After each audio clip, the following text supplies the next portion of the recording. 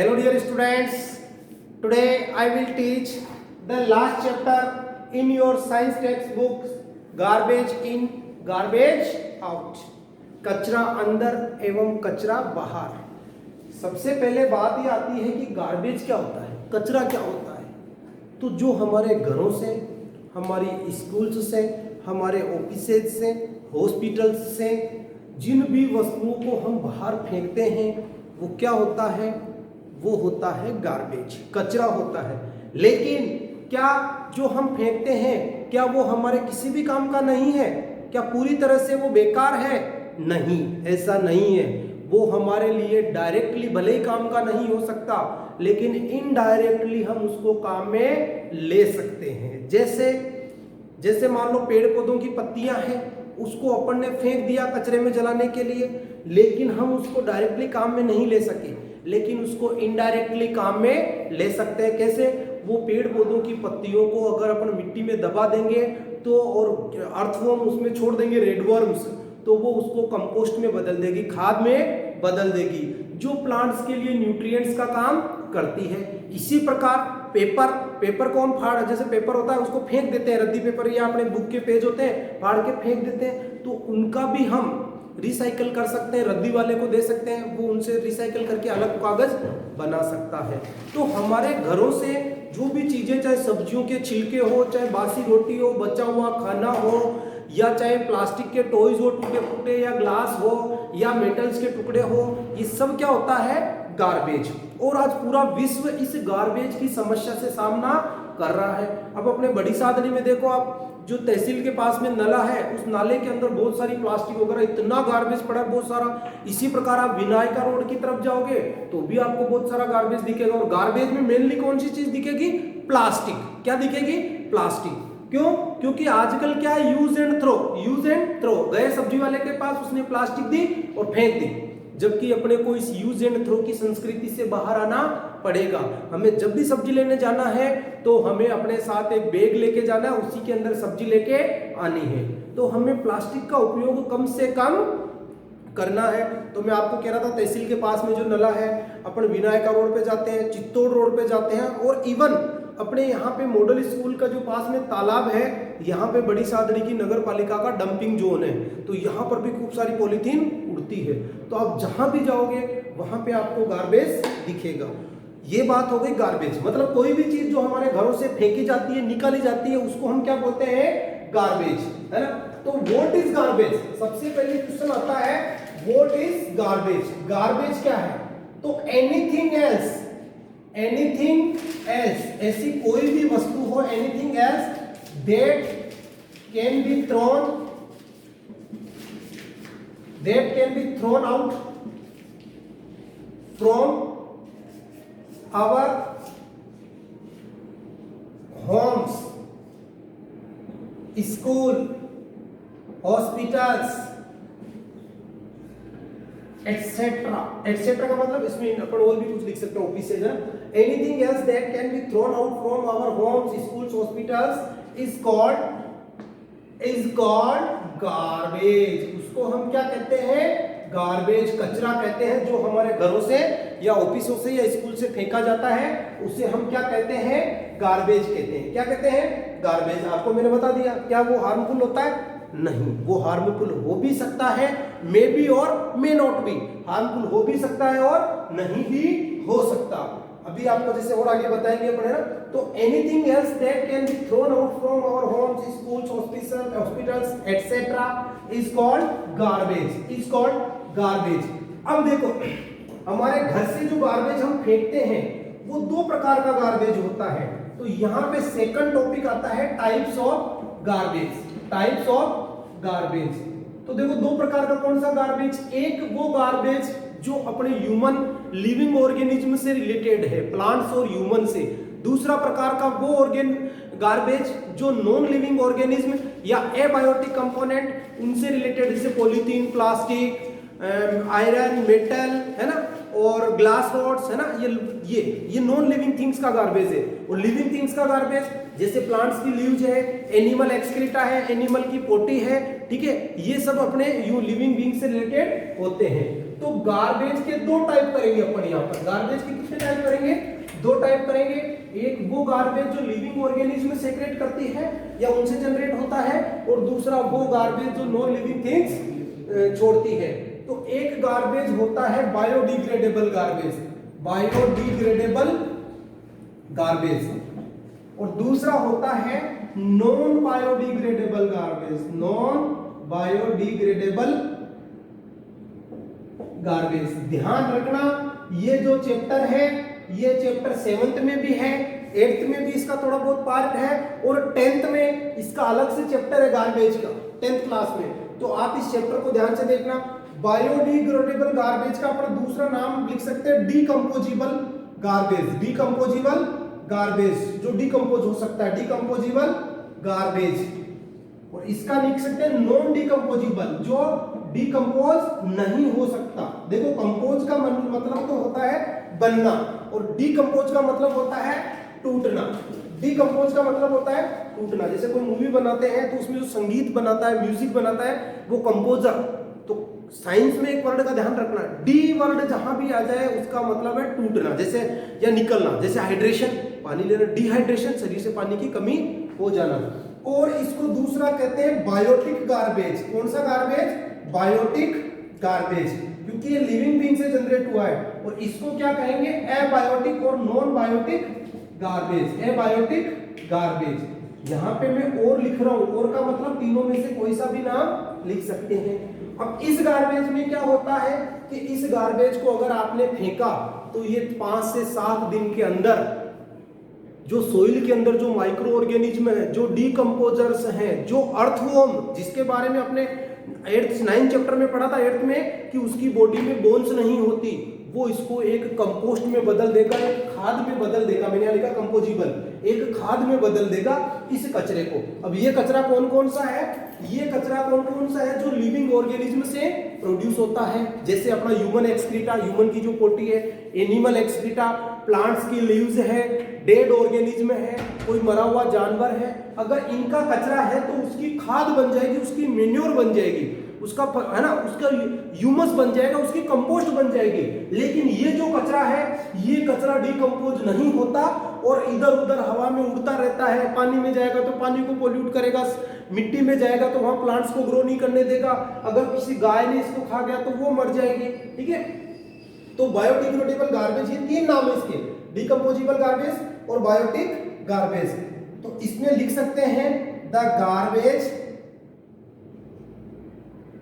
that can be decomposed by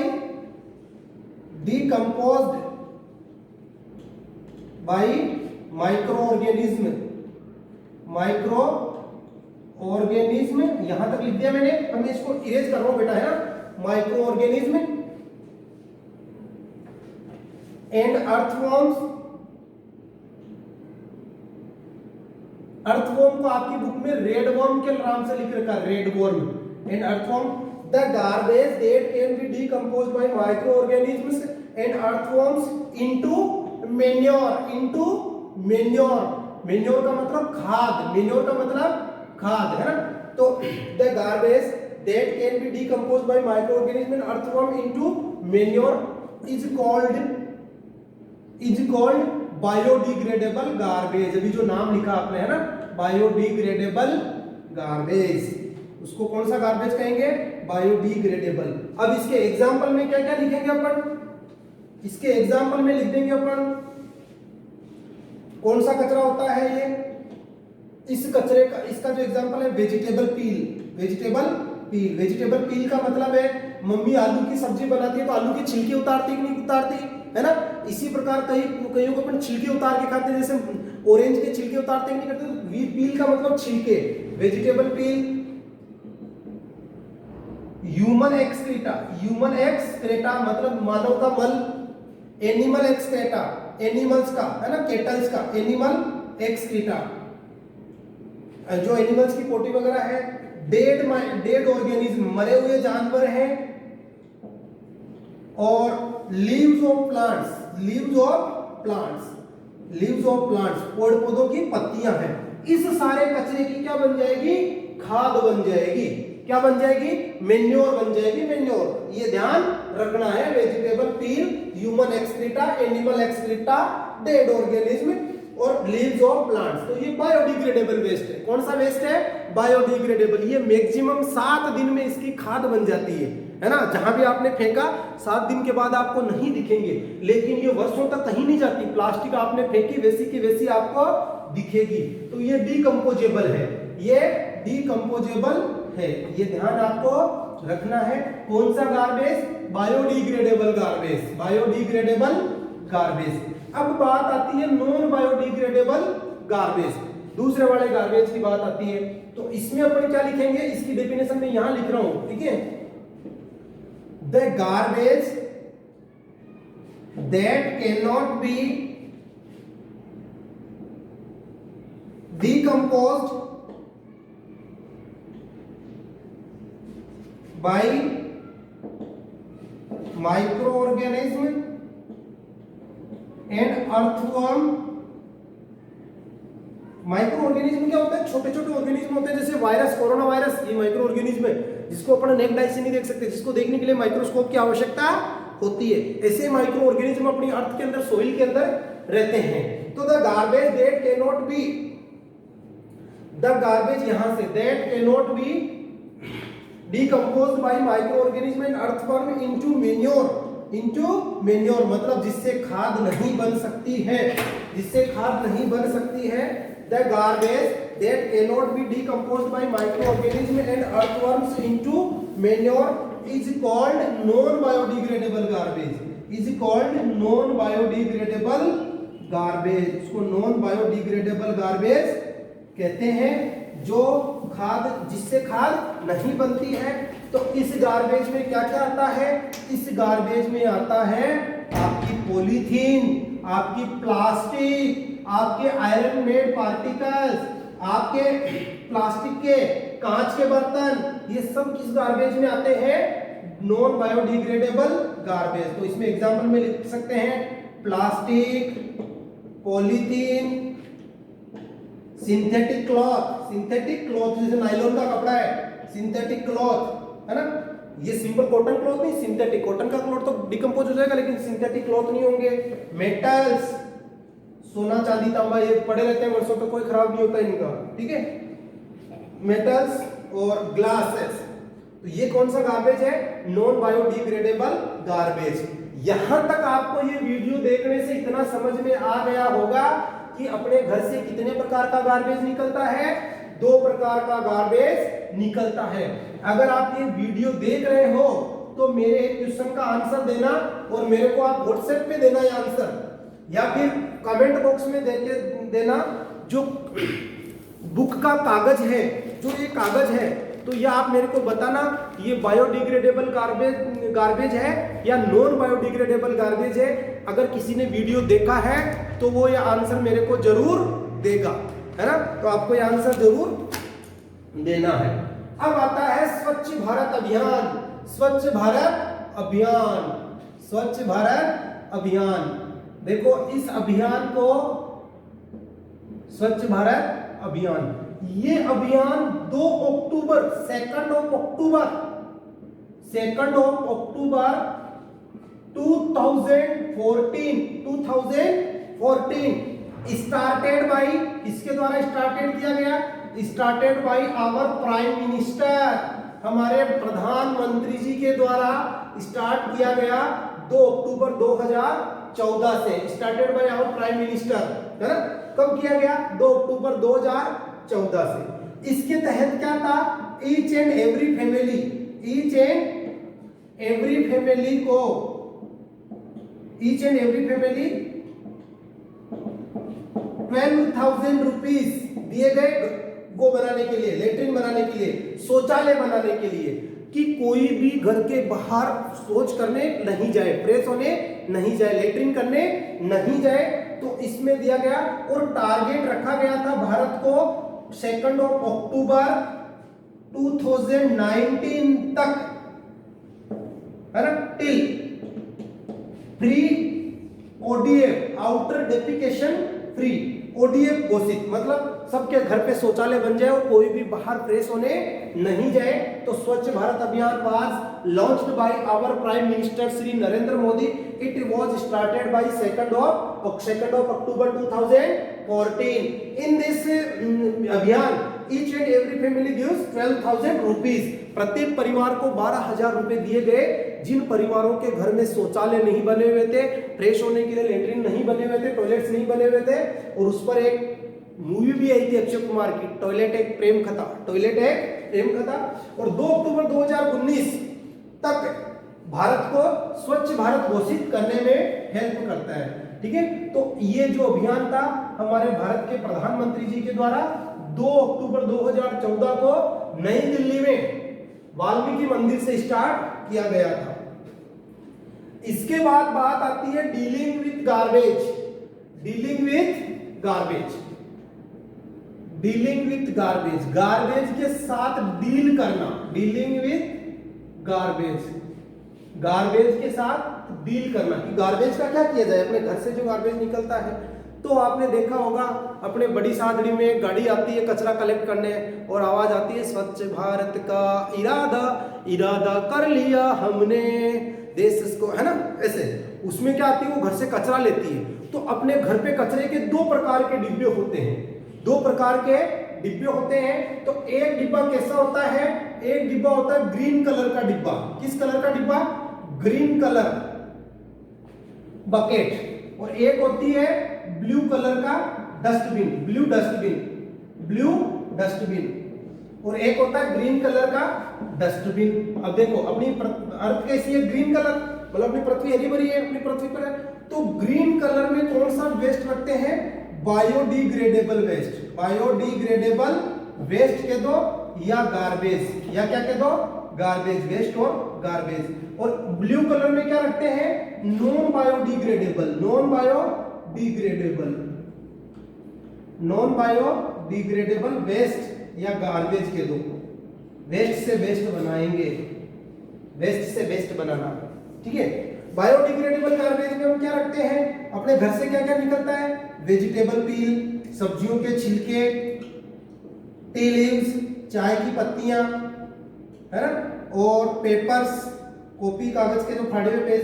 अब non biodegradable में क्या आ जाएगा, प्लास्टिक, पॉलीथीन, ठीक है, ऐसे। तो 2 प्रकार के डस्टबिन नगर पालिका बड़ी सादड़ी, उस पे लिखा हुआ था नैपाब है, नैपाब है, नगर पालिका बड़ी सादड़ी अपने को 2 प्रकार के डस्टबिन प्रोवाइड करवाती है, ग्रीन कलर का और एक ब्लू कलर का। ग्रीन कलर वाले में बायोडिग्रेडेबल वेस्ट रखते हैं, ब्लू कलर वाले में नॉन बायोडिग्रेडेबल वेस्ट रखते हैं। फिर क्या होता है, उसको हम डालते हैं गाड़ी के अंदर। हालांकि अपने शहर में इतनी सुविधा नहीं है, लेकिन बड़े शहरों में क्या होता है कि बायोडिग्रेडेबल वेस्ट को अलग रखा जाता है और नॉन बायोडिग्रेडेबल वेस्ट को अलग रखा जाता है। फिर बायोडिग्रेडेबल वेस्ट से तो क्या बनाई जाती है, इस वेस्ट से, ये बायोडिग्रेडेबल जो वेस्ट गार्बेज है, इसको इट कन्वर्ट इनटू मेन्योर। इसको किसमें बदलते हैं, खाद में। इसमें बदलते हैं खाद में। कौन से गार्बेज को, बायोडिग्रेडेबल गार्बेज को। और इस गार्बेज को क्या करते हैं, इस गार्बेज की छटनी होती है। आपने देखा होगा छोटे छोटे बच्चे या महिलाएं अपने पीछे बोरा लपेट के रहती है और उसके अंदर प्लास्टिक की बोतलें डालती है, रबर के प्लास्टिक के शूज वगैरह वो डालती है, उसमें छांटती है, कचरे में से बीनती रहती है ना, हाथों से बीनती रहती है। तो वो इसमें से निकाल लेते हैं काम की चीजें और उनको क्या करते हैं, रिसाइकल करते हैं। क्या करते हैं, रिसाइकल, और उन्हें दोबारा काम में ले लेते हैं, उन्हें दोबारा काम में ले लेते हैं। तो इस प्रकार ये कचरा, हालांकि अपने यहाँ नहीं है, अपने तो यहाँ है कि घोड़ा और गधा एक जैसे ही है सिस्टम। मतलब जो ग्रीन कचरा है और जो ब्लू कचरा है, जो बायोडिग्रेडेबल वेस्ट है और नॉन बायोडिग्रेडेबल वेस्ट है, उसको एक ही जगह डाल देते हैं। लेकिन बड़े शहरों में या अपन कहे बात फॉरेन कंट्रीज में, उनमें क्या होता है, इस बायोडिग्रेडेबल वेस्ट से अर्थवॉर्म और माइक्रो ऑर्गेनिज्म की सहायता से खाद बनाई जाती है, मेन्योर बनाई जाती है और इसको रिसाइकल करके दोबारा काम में लिया जाता है। ठीक है, तो अब क्या होता है, ये गाड़ी क्या करती है, इन दोनों प्रकार के कचरे को भरती है और भर के डंपिंग जोन में लाती है। डंपिंग जोन का मतलब जहां कचरा खूब सारा इकट्ठा रहता है। बड़ी सादरी के 3 मेन डंपिंग जोन है, 4, एक चित्तौड़ रोड पे तो कम है, दूसरा विनायका रोड पे, और एक तहसील के बगल में जो नाला निकलता है एटीएम के पास में वहां पे, और एक मॉडल स्कूल के पास में। ये 4 डंपिंग जोन है। तो यहाँ पर लाके क्या किया जाता है, उसको डंपिंग जोन में लाया जाता है। एक वर्ड आता है लैंडफिल है ना। तो लैंडफिल क्या होता है, लैंड का मतलब जमीन और फिल यानी जमीन के अंदर भरना। ए लो लाइंग एरिया, एक जमीन से नीचा area, a low lying area where garbage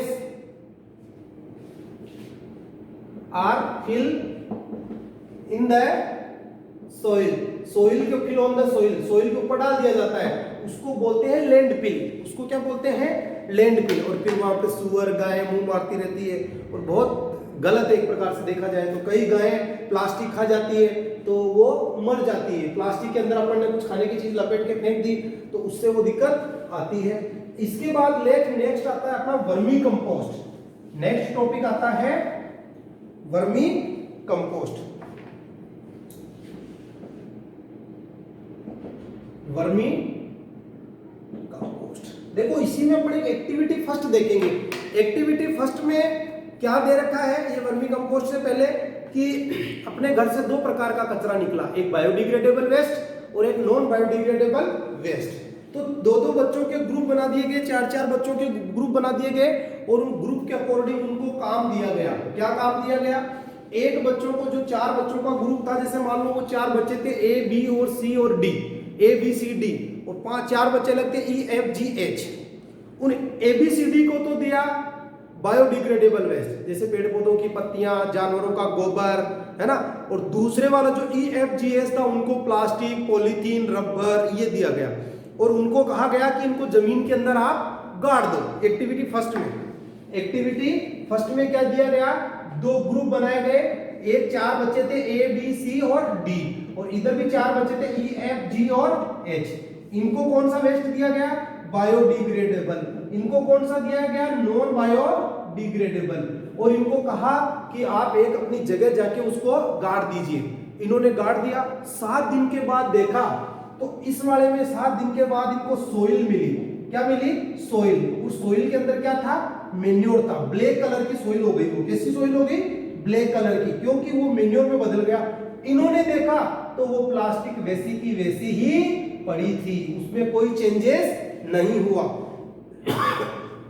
तो इधर वाला जो बायोडिग्रेडेबल वेस्ट होता है वो रोटिंग हो जाता है, वो सड़-गल जाता है। सड़-गल जाता है तो उससे क्या बनती है, मेन्योर। और मेन्योर प्लांट्स को क्या प्रोवाइड करवाती है, मिनरल्स एंड न्यूट्रिएंट्स, है ना।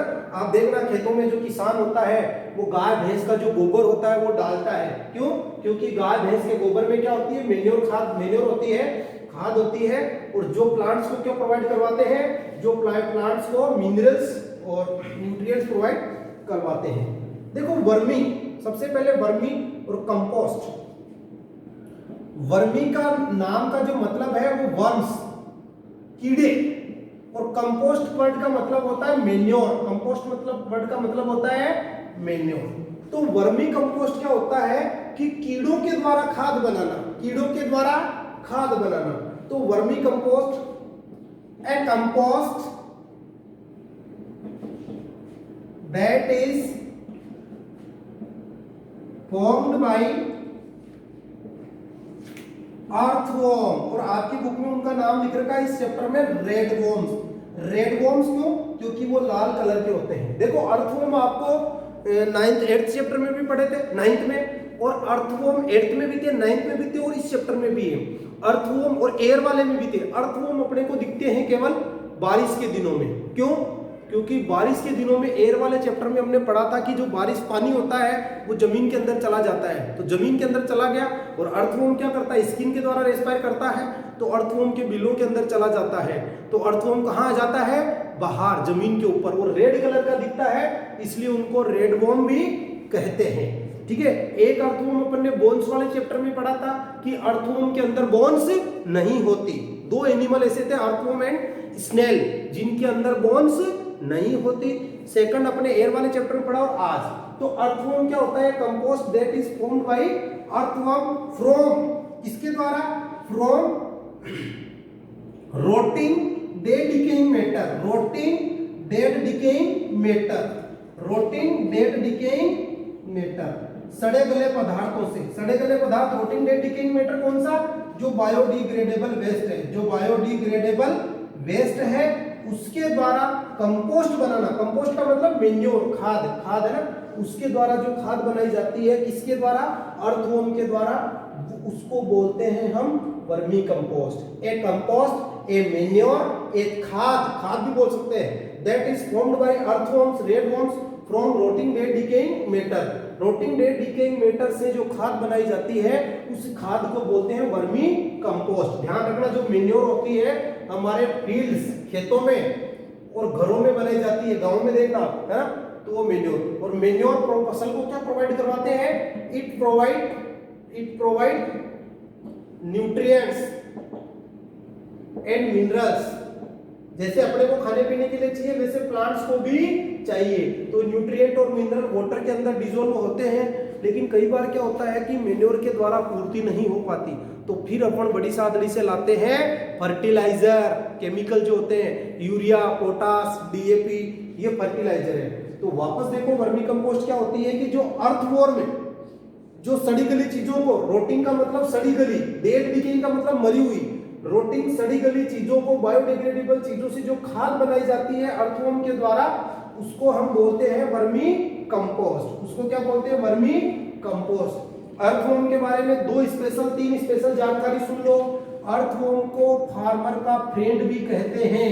फार्मर का फ्रेंड मतलब किसान का मित्र। किसान का मित्र कौन है? अर्थवर्म। देखो, अपने खेत में जब हम बहुत ज्यादा फर्टिलाइजर डालते हैं या बहुत ज्यादा केमिकल डालते हैं कीड़ों को मारने के लिए, तो उसमें अर्थवर्म भी मर जाता है। तो अपने को एक्सेसिव यूज नहीं करना चाहिए। अर्थवर्म, इसको कहते हैं farmer of friend, farmer of friend, friend of farmer, friend of farmer, किसान का मित्र, किसान का मित्र। एक, इट हैव नो बॉन्ड्स, इसकी बॉडी में bonds, it have no bonds, इसकी बॉडी में बॉन्ड्स नहीं होती। थर्ड क्या है? ये इट कैन ईट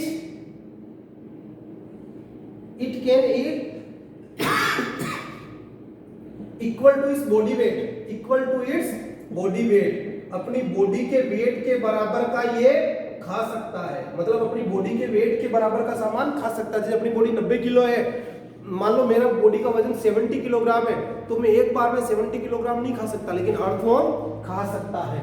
और एकमात्र ऐसा ऑर्गेनिज्म है जो अपनी लेट्रिन को, जो अपनी बॉडी को सेल्फ खाता है, और वो कौन है? अर्थवर्म। ये फ्रेंड ऑफ फार्मर कहते हैं। इट हैव नो बोन्स, इसमें बोन नहीं होती है। It can equal to its body weight, अपनी बॉडी के बराबर का खाना खा सकता है ये, ठीक है। It lives in soil, it lives in soil, जमीन के अंदर रहता है। और it comes out during rainy season, rainy season में बाहर निकलता है। ये कब निकलता है? रेनी सीजन में। इट टर्न बायोडिग्रेडेबल वेस्ट को, बायोडिग्रेडेबल जो वेस्ट होता है, इट टर्न बायोडिग्रेडेबल वेस्ट या garbage into manure, into vermi compost, into vermi compost. ये ध्यान आपको रखना है अर्थवर्म के बारे में। इसको फार्मर का फ्रेंड कहते हैं। इसकी बॉडी में बोन्स नहीं होती है। ये अपने बराबर खाना खा सकता है, अपने वजन के बराबर। और ये बरसात के दिनों में बाहर आता है, और ये मॉइस्ट स्किन के द्वारा रेस्पायर करता है। एक और शब्द ध्यान में देखना, आपकी 7th क्लास में आएगा, ह्यूमस। ह्यूमस, देखो आप एक डेजर्ट में जाना और एक फॉरेस्ट में जाना। फॉरेस्ट में जाओगे तो वहां की जमीन आपको सोइल काली काली सी मिलेगी, और डेजर्ट में जाओगे आप तो वहां की जमीन आपको गोरी मिलेगी, है ना, रेड कलर की मिलेगी या चमकती हुई मिलेगी। जबकि फॉरेस्ट की सोइल कैसी मिलेगी आपको? ब्लैक कलर की। क्यों? क्योंकि फॉरेस्ट में क्या होते हैं? प्लांट्स होते हैं, और प्लांट्स की लीव्स गिरती रहती है। तो प्लांट्स की लीव्स गिर के क्या बन जाती है? मेन्योर बन जाती है, खाद बन जाती है, जो छोटे छोटे पौधे उग जाते हैं जिससे। तो रोटिंग डेड डिकेइंग मैटर, सड़ा गला rotting dead decaying matter is called humus. Rotting dead decaying matter is called humus. सड़ा गला जो पदार्थ होता है उसको ह्यूमस कहते हैं। It provide nutrients to the crop. यह क्रॉप को क्या प्रोवाइड करवाती है? न्यूट्रिएंट्स। कौन प्रोवाइड करवाता है? ह्यूमस। अब ह्यूमस बनती कैसे है? ये क्या होता है? Rotting dead decaying matter. Rotting dead decaying matter क्या होता है? जैसे कोई जानवर मर गया, सपोज दैट जंगल के अंदर गिलहरी मर गई, या कोई हिरन मर गया, या शेर मर गया, लोयन है, डियर है, बियर है, फॉक्स है, ये कोई जानवर मर गया तो इसकी बॉडी से भी मेन्योर बन जाएगा। अगर किसी जानवर की पोटी है उससे भी मेन्योर बन जाएगा। और पेड़ पौधों की लीव्स है, उन तीनों को क्या बोलते हैं? रोटिंग डेड डिकेइंग मैटर में क्या क्या आता है? Leaves of plants. Leaves of plants. Potty of animals. Animals की जो पोटी है, और dead body of animals. Animals की डेड बॉडी है। ये रोटिंग डेड डिकेइंग मैटर। और इसको किसमें? ह्यूमस में कन्वर्ट। ह्यूमस में जो कन्वर्ट करते हैं वो कौन होते हैं? वो अर्थवॉर्म होते हैं, वो माइक्रो ऑर्गेनिज्म होते हैं छोटे छोटे, वो इंसेक्ट्स भी होते हैं। कई इंसेक्ट्स भी जमीन के अंदर रहते हैं। ठीक है। नेक्स्ट टॉपिक आता है अपने recycle of paper. Recycle of paper. अब आप मेरे को बताइए, जो पेपर होता है वो हमको किससे प्राप्त होता है? पेपर किससे बनता है? ये जो आपकी बुक लिखी हुई है, ये पेपर किससे बना?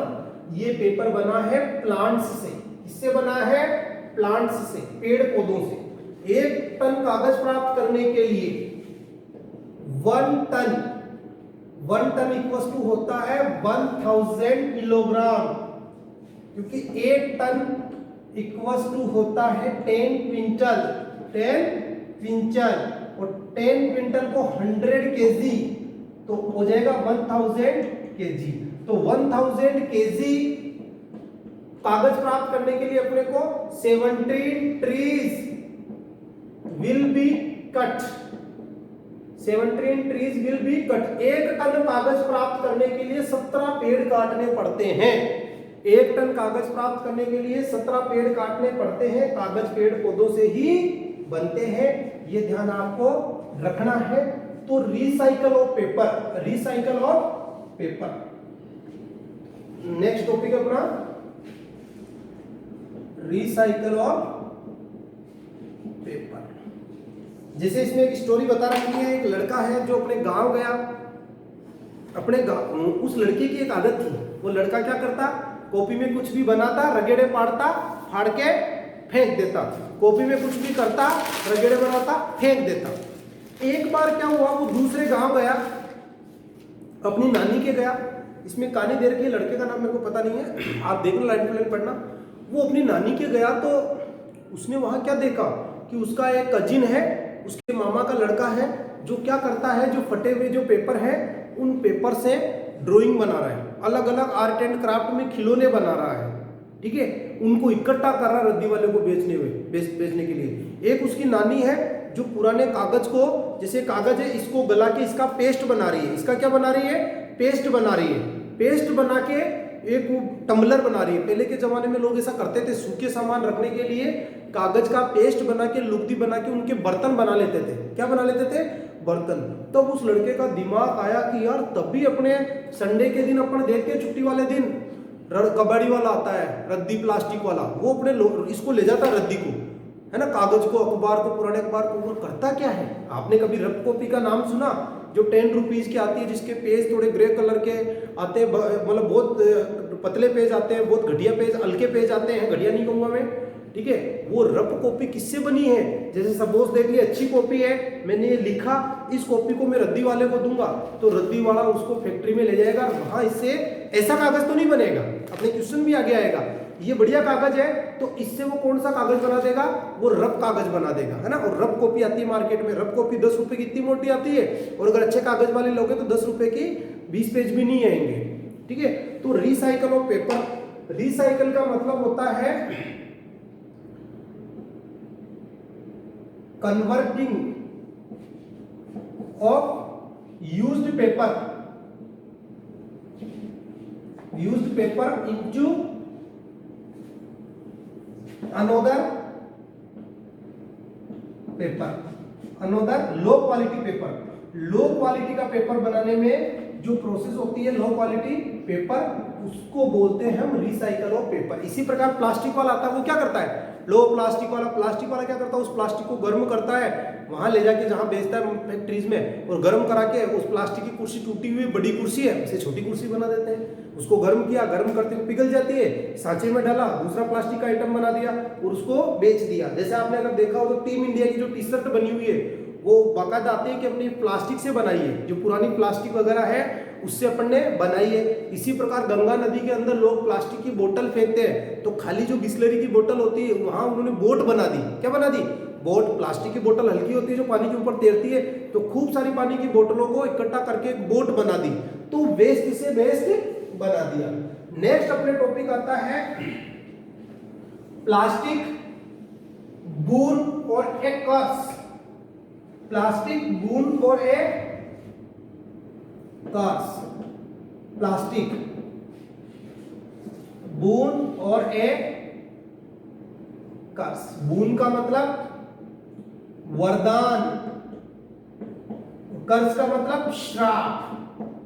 वरदान श्राप, आपने रामायण कृष्ण आई थी, महाभारत आई है छुट्टियों में, तो आपने देखा होगा सब वरदान किसे कहते हैं कि बोलो वंश क्या चाहिए, ये वरदान। और श्राप, मैं तुम्हें श्राप देता हूं, गुस्से में आकर कोई चीज किसी को बुरी बात कहना, ठीक है। तो प्लास्टिक हमारे लिए वरदान भी है और श्राप भी है। वरदान क्यों है, क्योंकि आज लिक्विड चीजों को डालने के लिए, सॉलिड चीजों को, चलो आप मार्केट जा रहे हो, सब्जी तो आप थैले के अंदर ले आए, लेकिन दूध लेने जाओगे या ऑयल लेने जाओगे तो क्या घर से ले जा सकते हैं? हर चीज के लिए घर से बर्तन थोड़ी ले जा सकते हैं, नहीं। तो प्लास्टिक वहां हमारे लिए क्या साबित हुई है, वरदान। और प्लास्टिक अपने लिए वरदान है, लेकिन अपनी आदतें खराब है, अपनी आदतों की वजह से प्लास्टिक हमारे लिए क्या हो गई, श्राप। हमारी आदतें कैसी है, हम जब सब्जी लेने जाते हैं तो घर से बैग लेके नहीं जाते, सब्जी वाला थैली देता है और आप बैग लेके जाओ, सब्जी वाला खुश होगा बेचारे के, उसके 1 रुपये बचेगा और आपको भी कहेगा यार सर बहुत अच्छे, मेरे थैली नहीं लगी, और पोल्यूशन नहीं होगा, उसको ले जाके आप घर पे खाली कर दो आपकी जो टोकरी है सब्जी की। तो प्लास्टिक हमारे लिए वरदान है, लेकिन श्राप भी बन गई है। अब प्लास्टिक वरदान कैसे है, तो इट इज यूज्ड, वरदान। पहले बात करेंगे प्लास्टिक बून कैसे है अपने लिए, तो बून का पहला पॉइंट लिखेंगे अपन, है ना, पहला पॉइंट बून कैसे है, it is used to taking of liquid material.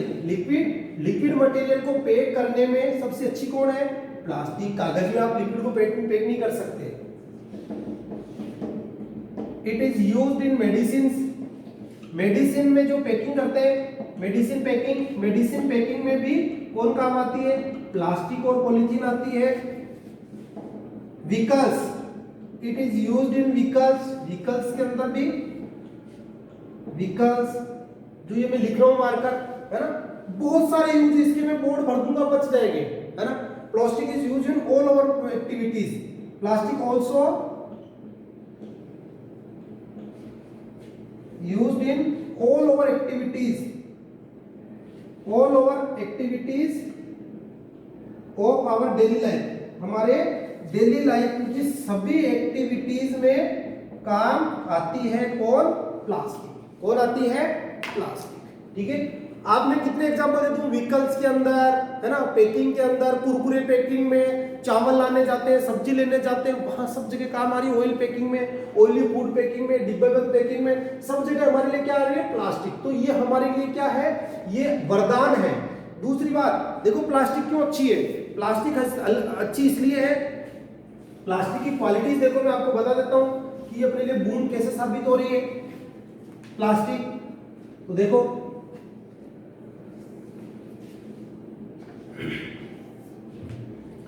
Characteristics of plastic, characteristics of plastic, plastic के गुण, प्लास्टिक के जो गुण है, पहला है इट इज लाइट वेट। ये वेट में कैसी होती है, हल्की होती है। अब आप खुद देखना, एक प्लास्टिक की बाल्टी है एशियन पेंट की, ब्रिटिश पेंट की, और एक लोहे की बाल्टी है, वजन किसमें ज्यादा होगा, लोहे की में कम, किसमें होगा, प्लास्टिक में लाइट वेट होती है। इट इज ड्यूरेबल, ड्यूरेबल का मतलब लंबी चलती है। प्लास्टिक कैसे चलती है, लंबी, मतलब आप प्लास्टिक का बर्तन ले 10 साल तक खराब नहीं होगा। लोहे का है, उसके जंग लग जाएगी, उसकी क्या लग जाएगी, जंग लग जाएगी, तो फिर आपको स्टील का लेना पड़ेगा। It is cheaply, costly, it is cheaply. ये कैसी होती है? सस्ती होती है। प्लास्टिक कैसी होती है? सस्ती, चीप, ज्यादा पैसे नहीं लगते। और it does not gate rust, इसके जंग भी नहीं लगती है, ठीक है। और इट इज चीपली तो ही गई, इसके रस्ट भी नहीं लगती है। इट डज नॉट कोरोड का मतलब ये खराब नहीं होती। रस्ट और कोरोड में से एक ही बात है, ठीक है। तो प्लास्टिक अपने लिए इसलिए काम में आती है, लेकिन हमने क्या किया? दुरुपयोग किया हर चीज का। सब्जी लेने जाते हैं, जो भी बच्चा मेरा वीडियो देख रहा है वो बच्चा ध्यान रखना, हम लोग क्या करते हैं जनरली इसलिए पढ़ते हैं कि हमारे नंबर अच्छे आए, लेकिन हमारे को पढ़ना इसलिए नहीं है नंबर अच्छे आए, हमारे को इसलिए पढ़ना जरूरी है कि हम हमारे दैनिक जीवन में उसको उतार सके और समाज को जागरूक कर सके, है ना। इसलिए बहुत इंपॉर्टेंट है। अब कर्स कैसे है? प्लास्टिक, कर्स यानी श्राप, कर्स यानी श्राप। ये श्राप कैसे है अपने लिए? प्लास्टिक। अब आजकल क्या है? प्लास्टिक के आगे यूज एंड थ्रो, यूज में लो और फेंक दो, यूज में लो और फेंक दो। अपन क्या करते हैं, कोई भी चीज है, पेन भी आजकल ऐसे यूज में लो और फेंक दो, लेकिन देखो मेरे पास पेन भी ऐसा है यूज में लो फेंकने वाला नहीं है, इसके अंदर रिफिल आती है, ठीक है। हाँ, रिफिल को जरूर फेंकना पड़ता है, ठीक है। तो श्राप कैसे हुई plastic? It is harmful if we burnt it, ये हमारे लिए हार्मफुल है जब हम इसको जलाएंगे। बिकॉज देखो आप प्लास्टिक को कभी जलाने से खतरनाक स्मेल आती है, because it release harmful gases, ये हार्मफुल गैसें छोड़ती है जो हमारे लिए नुकसानदायक साबित होती है। प्लास्टिक को जलाना बहुत ही खतरनाक केमिकल छोड़ती है। सेकंड, प्लास्टिक के लिए it has cancer, sorry cancer वाला नहीं, अपन अगला लिखेंगे। It is harmful for animals when we throw here and there. ये एनिमल्स के लिए हार्मफुल है। कैसे? आपने किसी पॉलिथीन की थैली उसमें छिलका डाल के फेंक दिया, अब वो गाय खाएगी, अब वो उसके गले में यहाँ फंस जाएगी, तो एनिमल्स के लिए हार्मफुल है। Third, it may pollute water, ये वाटर को भी पोल्यूट कर देती है। It may pollute water when we throw plastic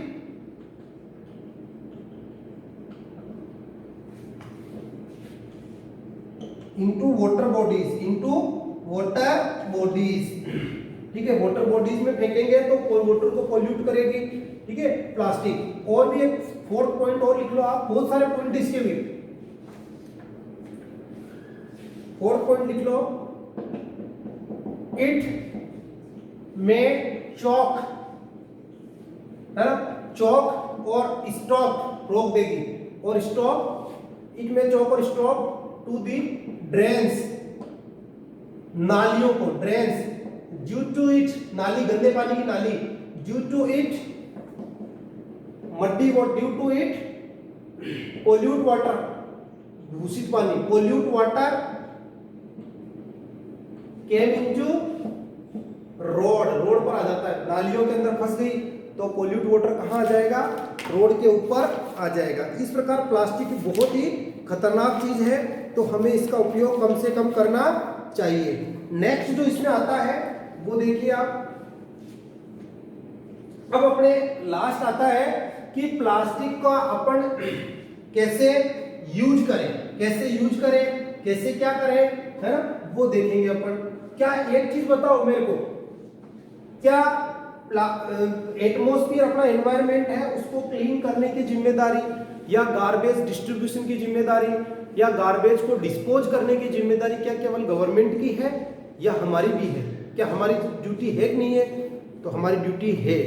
ऐसा नहीं कि गवर्नमेंट करेगी, नहीं, गवर्नमेंट करेगी, हमें भी हमारी ड्यूटी को समझना चाहिए। तो what can we do to minimise, what can we do to minimise the use of plastic. हमें प्लास्टिक का उपयोग कम से कम करने के लिए हम क्या कर सकते हैं? तो first we may reduce our needs, हमें हमारी इच्छाओं को कम करना होगा।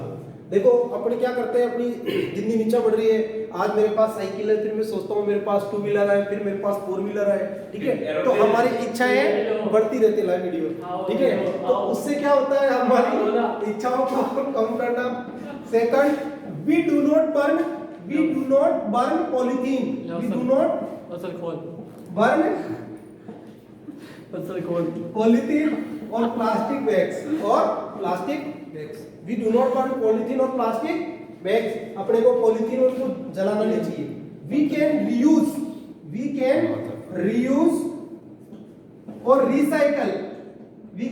और रिसाइकल, पॉलीथीन और प्लास्टिक बैग्स, पॉलीथीन और प्लास्टिक बैग, उनको अपने को रीयूज और रिसाइकल कर सकते हैं। We do not throw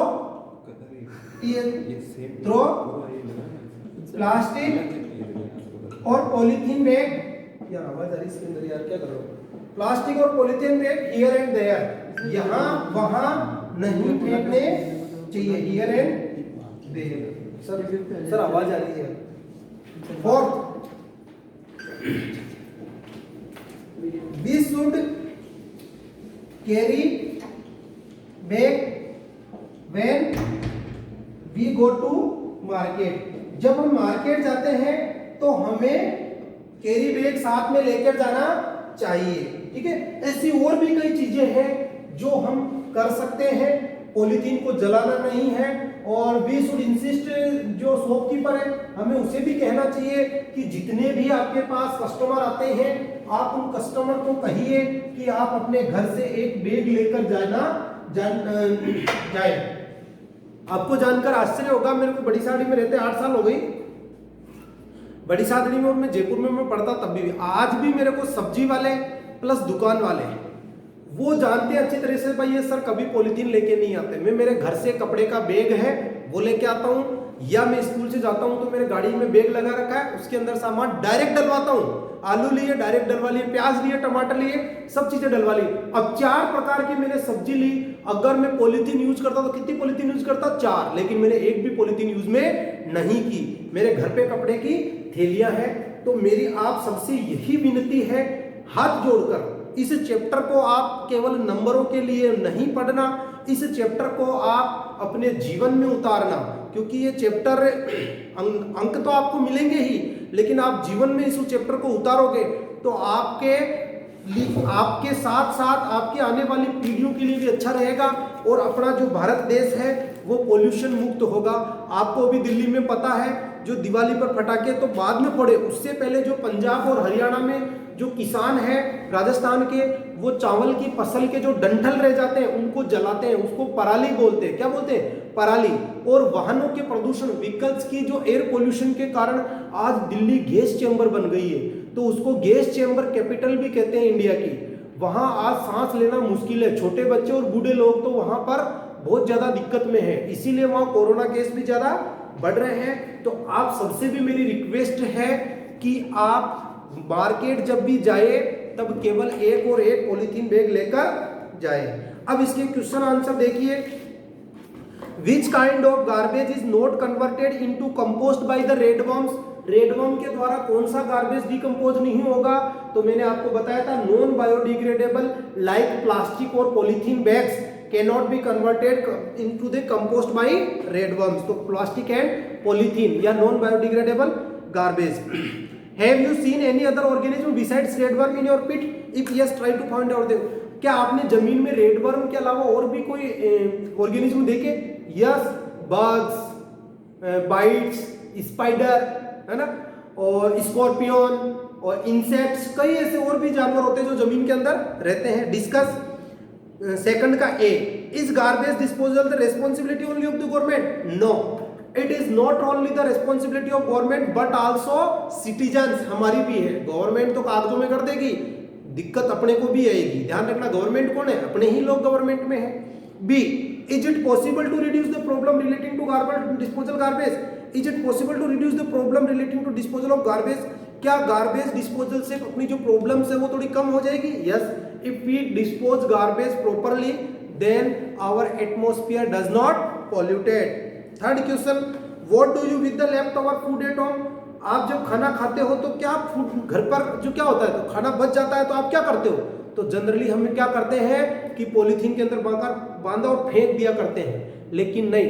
तो आप प्रश्न आपको पूछा what do you do with the left over food at home, तो आप लिखोगे we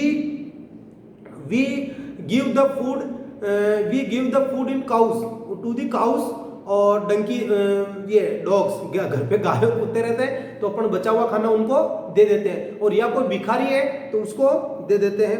if you and a friend are choice of eating to plastic plate और बनाना, आप किसी शादी में गए, आपको कहा कि आपको खाना प्लास्टिक प्लेट पे लेना है या बनाना की प्लेट पे, तो आपको कहना है बनाना की प्लेट पे, because banana plate can be disposed whereas banana plate will be dispose हो जाएगी, whereas plastic plate does not dispose, plastic plate does not dispose नहीं होगी। Collected pieces of different kind of paper, find out which of this can be recycled. Different kind of paper, अलग अलग प्रकार के paper लीजिए, कौन से recycle हो सकते हैं? तो जो रफ कॉपी का जो पेपर होता है वो बहुत थोड़ा घटिया होता है, हल्का होता है, वो रिसाइकल नहीं होगा। बाकी जितने भी जैसे ये पेपर है, ये पेपर रिसाइकल हो सकता है। ऐसे ही क्वेश्चन है कि collect different kinds of packaging material, packaging material के डिफरेंट काइंड्स, तो अलग अलग बॉक्स होते हैं, जैसे बास्केट बॉक्स होता है जिसके अंदर अपन फल फ्रूट रखते हैं, है ना, अलग अलग बॉक्सेज हैं, तो ये आप देखना इनके कौन कौन से हैं। अगला क्वेश्चन है give an example in which packaging could have been reduced, आप कैसे एग्जांपल दे सकते हो कि पैकेजिंग को हम कैसे रिड्यूस कर सकते हैं। देखो अपने जो ऑनलाइन सामान मंगाते हैं फ्लिपकार्ट से, अमेजोन से, तो इनके साथ बहुत सारा पैकेजिंग मटेरियल आता है, और जो आज पोल्यूशन का मेन कारण है, तो सुप्रीम कोर्ट ने इनको फटकार लगाई अमेजोन को, फ्लिपकार्ट को, कि आप लोग इतना टेम्पर पैकिंग करके देते हो। पैकिंग करने का उनका मकसद ये होता है कि जैसे सपोज दे ट्रक के अंदर जा रहा है, बारिश आ गई तो भीगे नहीं, ठीक है, तो फिर अब आजकल है ना ज्यादा पैकिंग नहीं आती, सुप्रीम कोर्ट ने फटकार लगाई क्योंकि बहुत ज्यादा पोल्यूशन हो रहा है।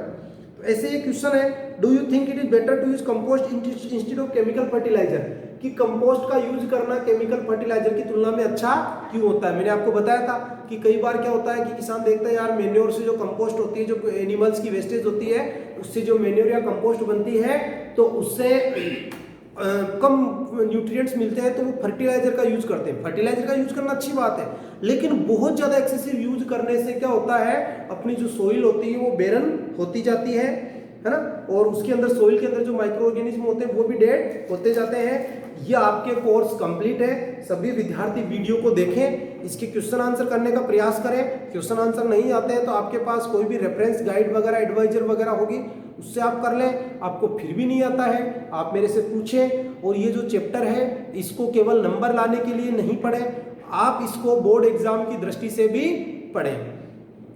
आपके अब कोर्स कंप्लीट हो गया है, तो अब आने वाले समय में आपके टेस्ट स्टार्ट हो जाएंगे दिसंबर माह से। Okay, thank you.